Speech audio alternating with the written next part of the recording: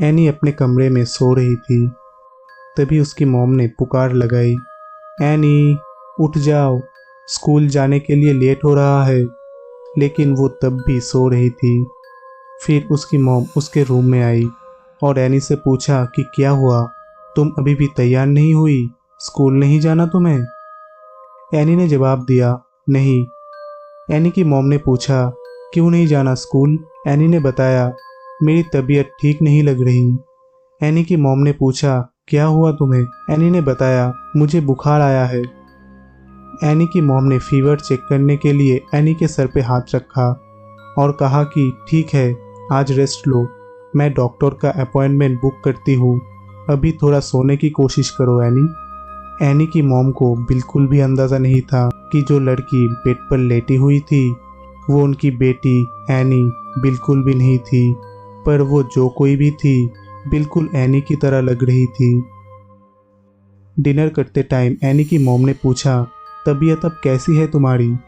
Any ने बताया, थोड़ा अच्छा लग रहा है।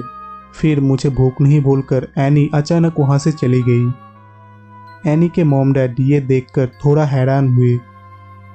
एनी के मॉम डैड के सो जाने के बाद वो बुरी आत्मा जो एनी के भेस में थी शिकार करने निकल पड़ी।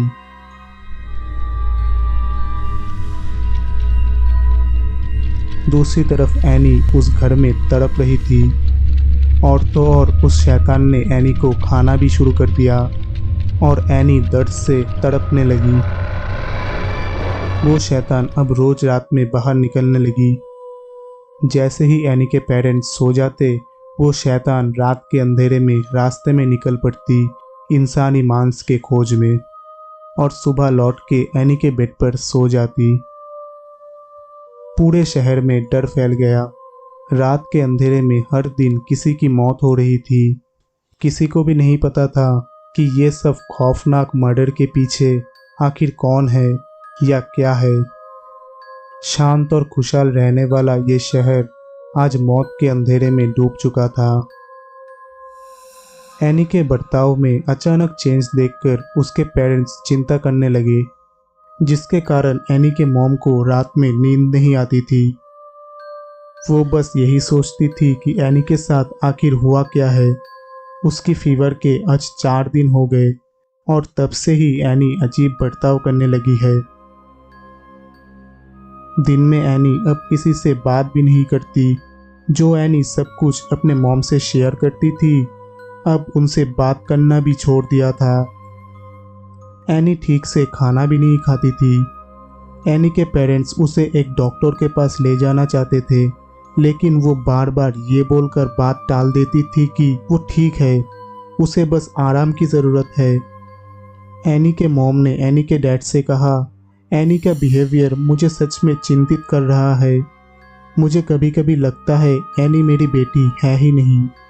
अगर कल तक एनी ठीक नहीं हुई तो उसे प्लीज़ एक साइकियाट्रिस्ट के पास ले जाना। उधर उस पुराने घर में एनी अपने मॉम से हेल्प मांगती रही।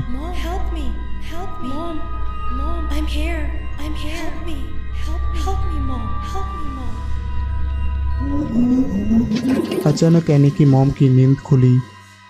वो एनी के रूम में गई तो उन्होंने देखा कि एनी वहाँ है ही नहीं। अब वो बहुत डर गई। वो पूरे घर में एनी को ढूंढने लगी, लेकिन एनी कहीं नहीं मिली। उन्होंने विंडो से बाहर की तरफ देखा तो उन्होंने जो देखा उससे वो कांप उठी। एनी एक जानवर की कच्ची मांस खा रही थी। एनी की मॉम को अपनी आंखों पर विश्वास ही नहीं हो रहा था। एनी को घर आते देख एनी की मॉम दरवाजे के पीछे छुप गई, ये देखने के लिए कि ये कौन है और घर आके ये क्या करती है। एनी घर में आई और सीधा नहाने चली गई। एनी की मॉम बहुत ज़्यादा डरी हुई थी और उन्हें समझ नहीं आ रहा था कि वो आखिर करे तो करे क्या। वो रोने लगी। एनी की मॉम रोते रोते बोलने लगी, हे भगवान, मेरी बेटी को क्या हुआ? ये एनी नहीं हो सकती, मेरी बेटी ये कभी नहीं कर सकती। अचानक एनी की मॉम की नज़र उस पुराने घर की तरफ गई और उस घर के विंडो पर उन्होंने अपनी बेटी एनी को देखा।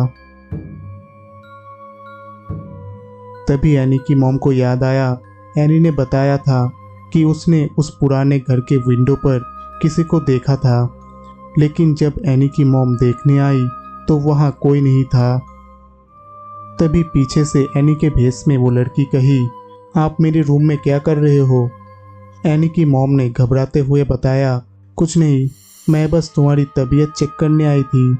एनी ने बताया कि वो अभी ठीक है। एनी की मॉम ने उससे कहा, एक्चुअली डैड थोड़ा बीमार है, मुझे उनके लिए मेडिसिन लेने जाना है, तो क्या तुम मेरे साथ चलोगी मुझे कंपनी देने? एनी ने कहा, ठीक है। उसकी मॉम ने कहा, मैं कार में वेट कर रही हूँ, तुम तैयार होके कार में आ जाओ। कुछ ही देर बाद वो दोनों कार लेकर निकल पड़े। एनी की मॉम एनी से कहने लगी, तुम्हें पता है डैड तुमसे बहुत प्यार करते हैं। तुम विश्वास नहीं करोगी, तुम्हारी फेवरेट डॉल जिससे तुम बचपन में हर वक्त खेला करती थी, उसका भी नाम डैड को याद है। डैड ने वो डॉल आपको तब ला कर दी थी जब आप बस 1 साल की थी। आप तो उस डॉल को छोड़कर सोने भी नहीं जाती थी। एनी ने कहा, हाँ मुझे याद है, मुझे वो डॉल बहुत ही पसंद थी।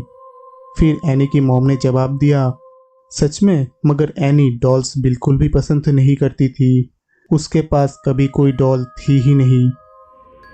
एनी की मॉम ने कार रोकी और एनी के अंदर की शैतानी आत्मा अपने असली रूप में आने लगी। एनी की मॉम बहुत ज़्यादा डर गई। वो शैतान एनी की मॉम को मारने जाने ही वाली थी कि उससे पहले ही एनी की मॉम ने गाड़ी से निकलकर गाड़ी का दरवाज़ा लॉक कर दिया और गाड़ी के ऊपर पेट्रोल डालने लगी। शैतान फिर से एनी के भेस में आके कहने लगी, मॉम आप ये क्या कर रहे हो? मैं आपकी बेटी हूँ एनी, प्लीज़ दरवाज़ा खोलिए।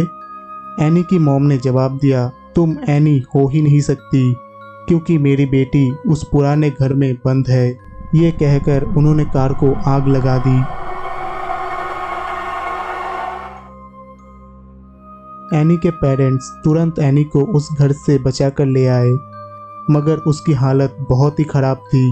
वो ठीक से खड़ी भी नहीं हो पा रही थी। अगर एनी को बचाने में थोड़ी और देर हो जाती तो शायद उनके पेरेंट्स एनी को हमेशा के लिए खो देते। उसके कुछ ही दिनों बाद ही उन्हें एक पड़ोसी से उस घर के राज के बारे में पता चला।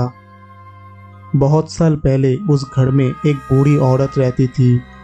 लोगों का मानना था कि उस औरत को काला जादू आता था और वो औरत रात के अंधेरे में जब पूरा शहर सो जाता था तब इंसानी मांस के खोज में निकलती थी।